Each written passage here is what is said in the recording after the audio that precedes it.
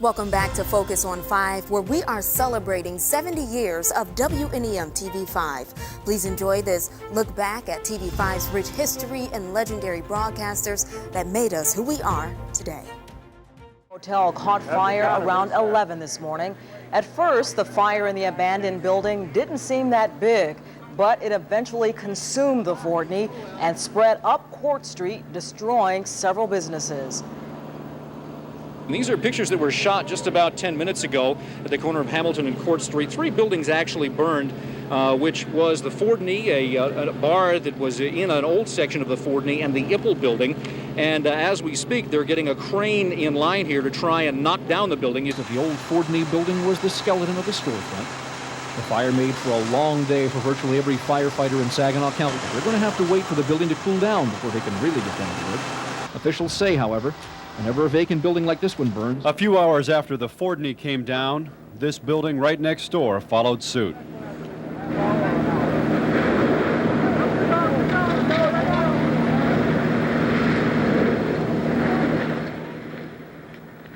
The owners, John and Sharon Scard, had invested about $45,000 in the building the past 3 years. The building that really mattered, the one in which they invested so much money, time, and effort, is gone.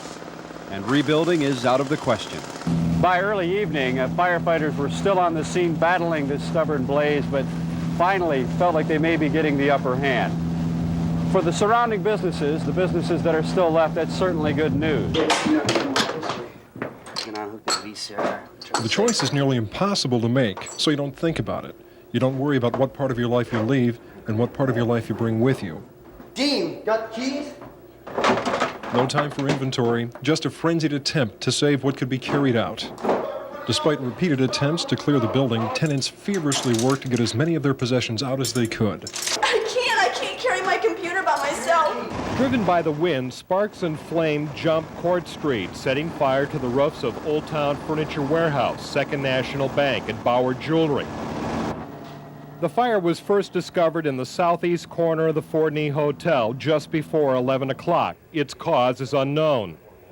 Just when it looked like firefighters had a handle on the situation, wind and heat worked against them. Moments after firefighters were evacuated from the building and equipment was moved back, the back wall of the Fordney collapsed in a ball of fire.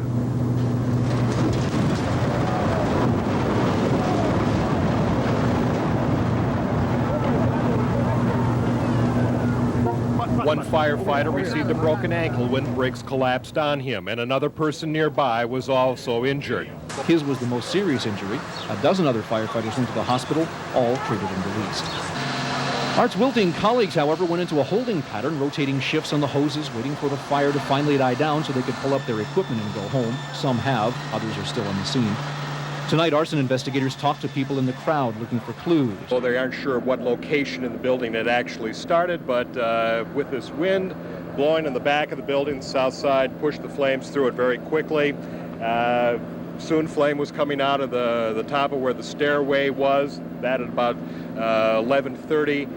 By 12 noon, they were pulling men out of the building, moving the trucks back, and just in time, because about 12:01, the whole south wall, back wall of the Fordney collapsed. After it came down, then they were back in, pouring more water in it, but it spread from building to building.